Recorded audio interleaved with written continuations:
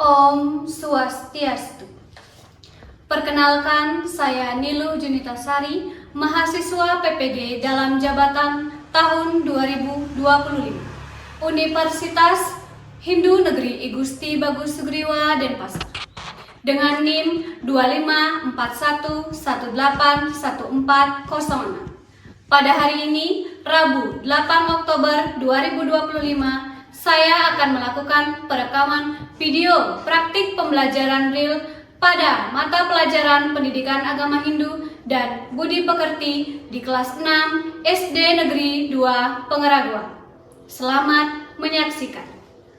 Om Santi Santi Santi Om. Berdiri ingat, nama menjadi tak.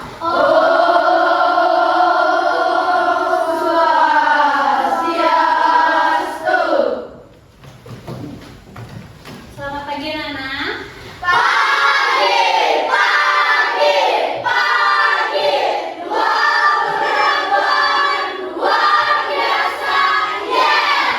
Semangat lagi ya. Selamat pagi murid-muridku semua.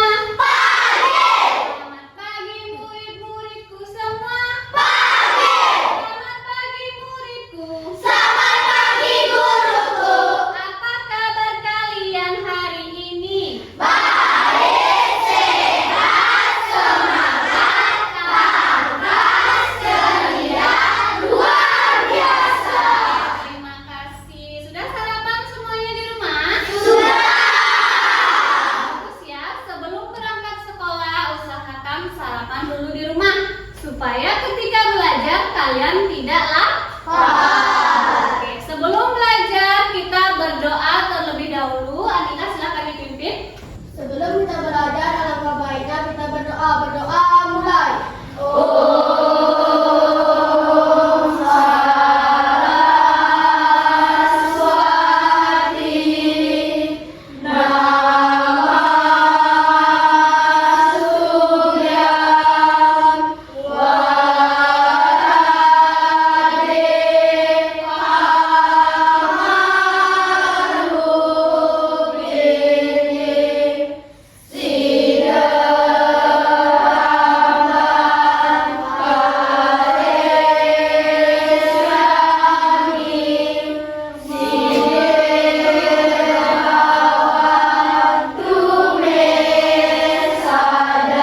Doa selesai.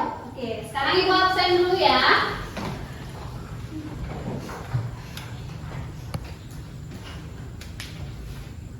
Ini Putu Jipana Kantia Prameswari, Hadir Bu. I Kadek Dwi Arka Pradana. Hadir Bu. Oke, berarti selain Dwi semuanya hadir ya? Iya. Tadi Dwi sakit ya? Iya.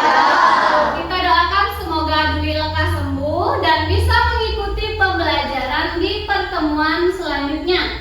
Kalian juga harus selalu menjaga kesehatan dengan cara makan makanan yang bergizi supaya kalian tetap sehat dan bisa pergi sekolah setiap harinya supaya tidak ketinggalan pelajaran di sekolah. Oke? Untuk menumbuhkan rasa nasionalisme dan cinta tanah air, marilah kita bersama-sama menyanyikan lagu wajib nasional. Cempaka silakan dipimpin.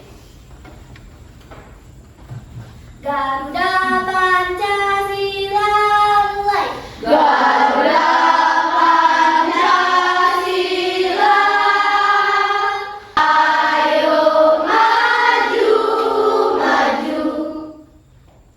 Oke, sebelum kita lanjut ke materi pembelajaran, Ibu akan mengingatkan kesepakatan belajar yang sudah kita buat dan sepakati bersama. Ada 3 ya. Yang pertama, pada saat Ibu menjelaskan, kalian harus memperhatikan dengan baik, tidak boleh ribut. Yang kedua, pada saat jam pelajaran berlangsung, tidak boleh berbicara kasar. Yang ketiga, semua yang ada di dalam kelas wajib menjaga kebersihan kelas. Tidak boleh ada sampah berserakan baik di atas meja, di dalam kolong bangku maupun di lantai. Oke, sebelum lanjut ke materi kita supaya tidak tegang, kita tepuk semangat dulu ya. Tepuk semangat.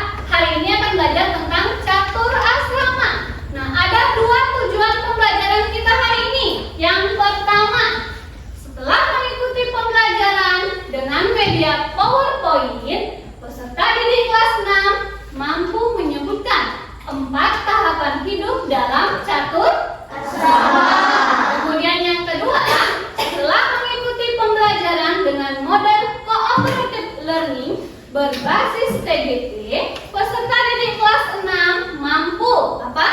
Menganalisis itu dua tujuan pembelajaran kita hari ini. Kemudian apa sih manfaat kita mempelajari ajaran catur asrama?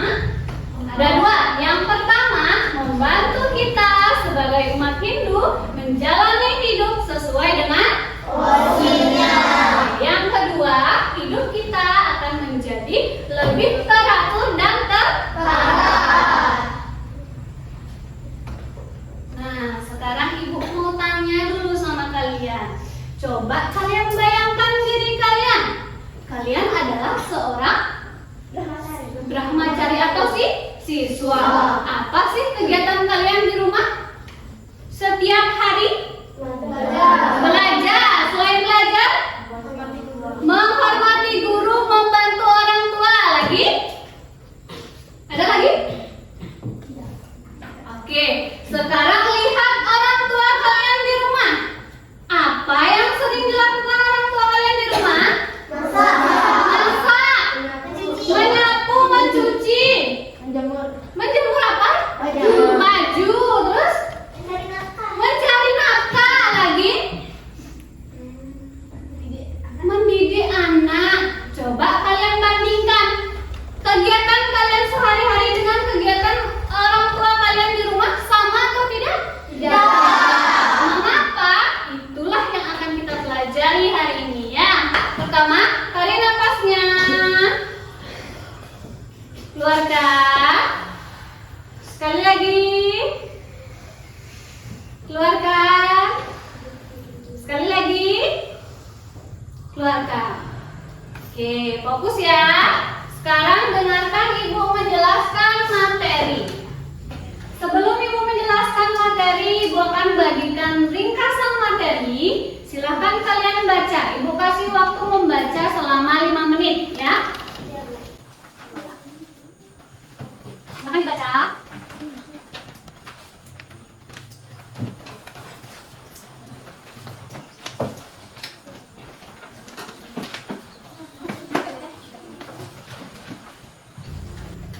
Nah, yang pertama ada pengertian catur asrama. Catur asrama terdiri dari dua kata, yaitu catur dan asrama.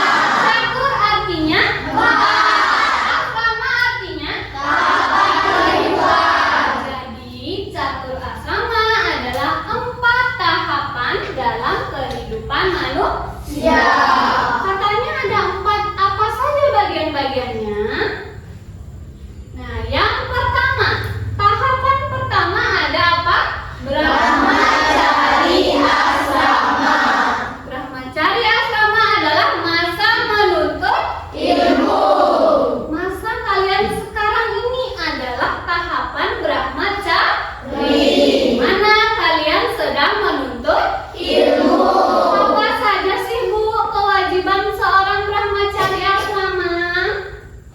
Nah, ada 3 kewajiban yang paling penting bagi seorang brahmacari asrama. Yang pertama apa?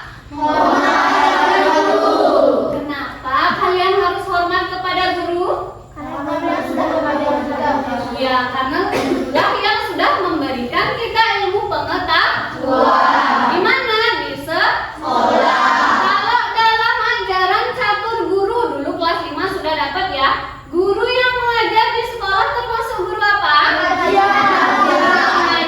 Pintar sekali. Berarti guru di sekolah adalah salah satu guru yang harus dihormati. Bagian yang kedua apa? Berhasta asrama. Setelah kalian melewati masa tahapan yang pertama brahmacari, kalian akan beranjak ke tahapan kedua, yaitu grahasta asrama. Apa itu grahasta asrama? Masa berumah tangga. Masa berumah tangga itu kapan akan kalian lakukan? Ketika kalian sudah dewasa. Kalau masih sekolah boleh menikah? Tidak.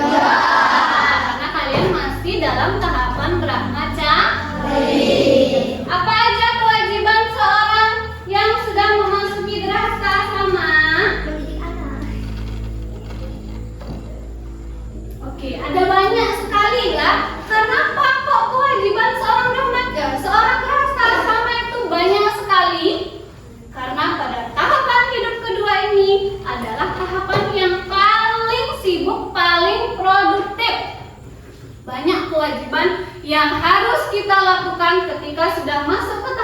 kedua. Yang pertama apa?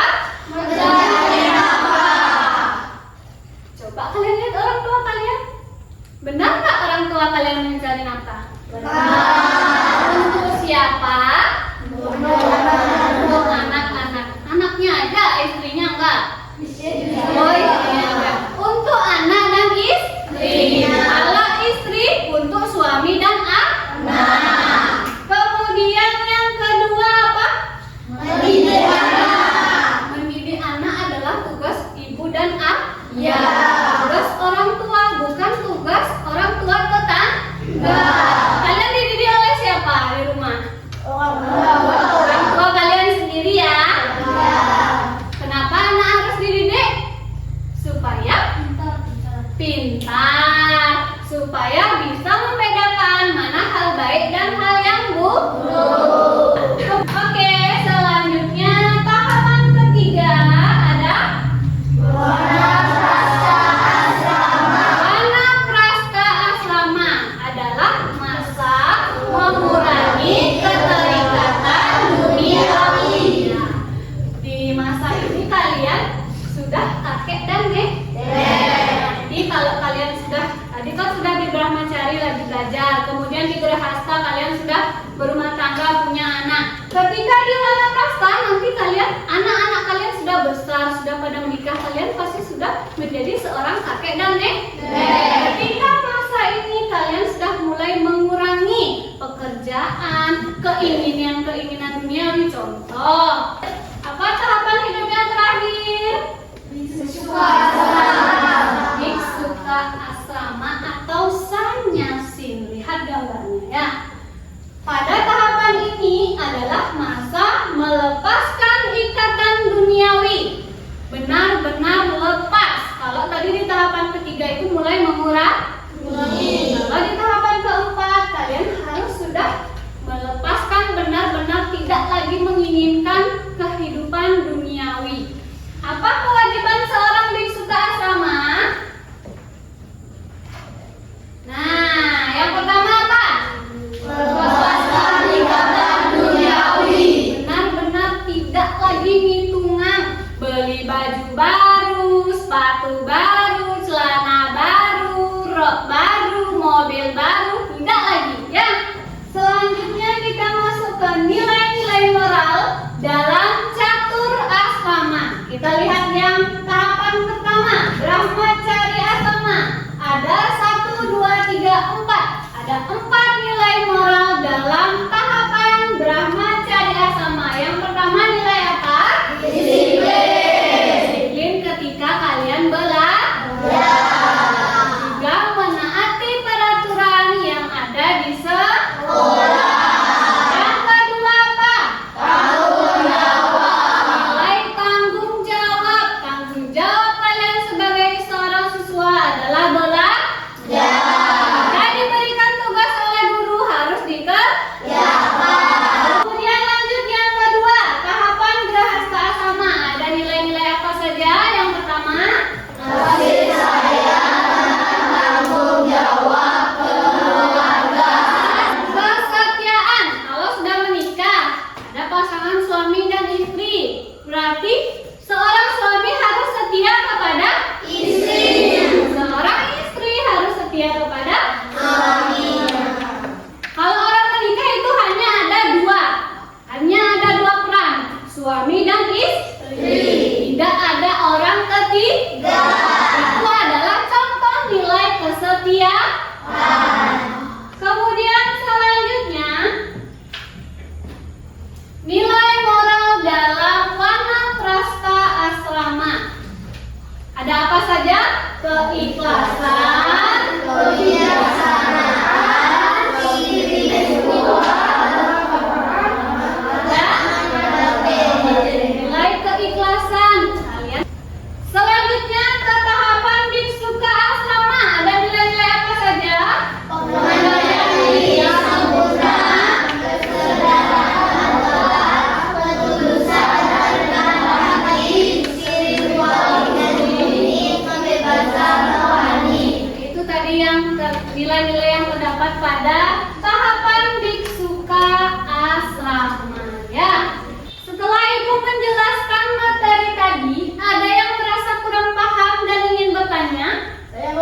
Ya, silakan Aska. Katanya datum asrama itu ada kaitannya sama datum perusahaan kamu. Gimana maksudnya, Bu? Oke, hubungan atau kaitan antara catur asrama dengan catur purusa arta. Yang lain juga perhatikan ya.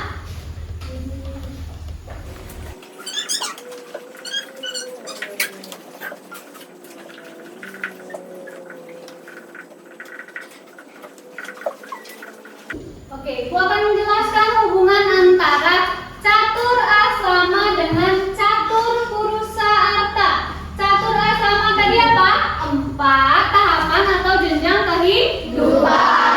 Kemudian kalau catur purusa arta adalah 4 tujuan hidup manusia. Setiap tahapan ini memiliki tujuan masing-masing. Dan catur purusa arta. Karena dalam setiap tahapan catur asrama memiliki tujuan masing-masing. Aska sudah paham? Ya, Bu. Sudah. Yang lain ada yang ingin bertanya? Tidak. Oke, berarti Ibu anggap semua sudah paham ya? Ya. Oke, itu tadi penjelasan tentang materi catur asrama. Pasti kalian sudah tegang ya? Biar nggak tegang, kita ice breaking terlebih dahulu. Tepuk semangat!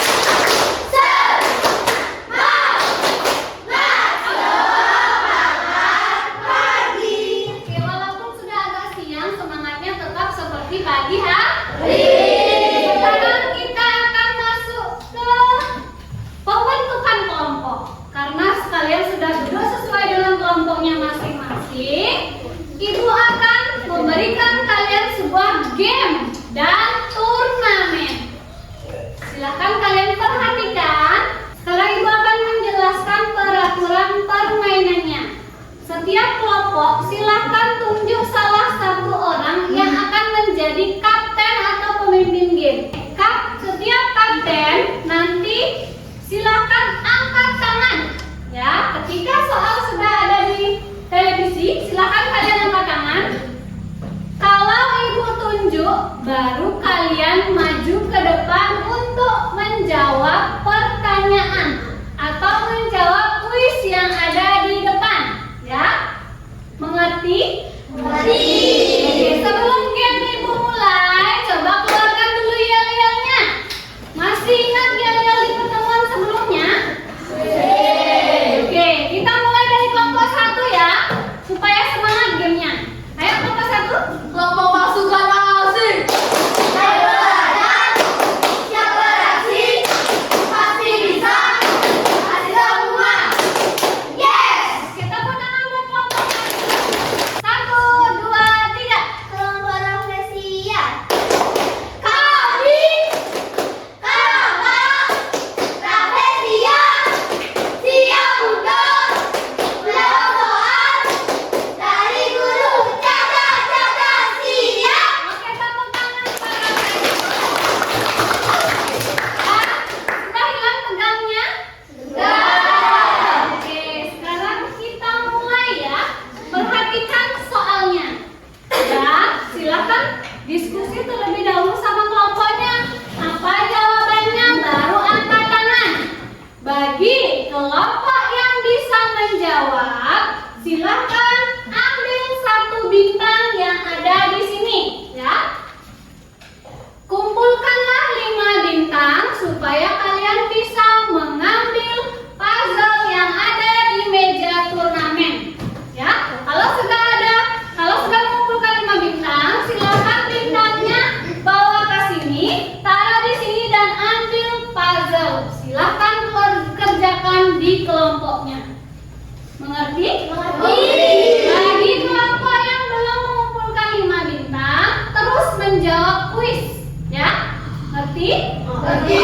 Oke, siap? Siap.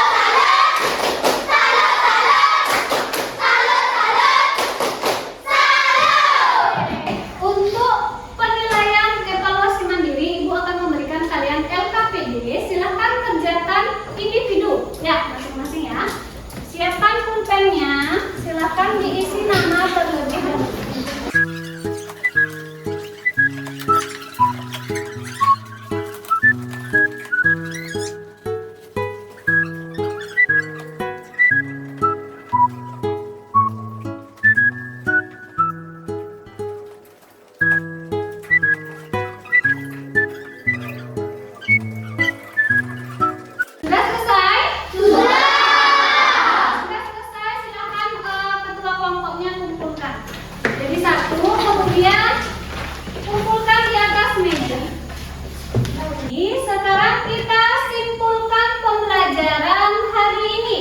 Coba sekarang kita baca bersama-sama kesimpulannya.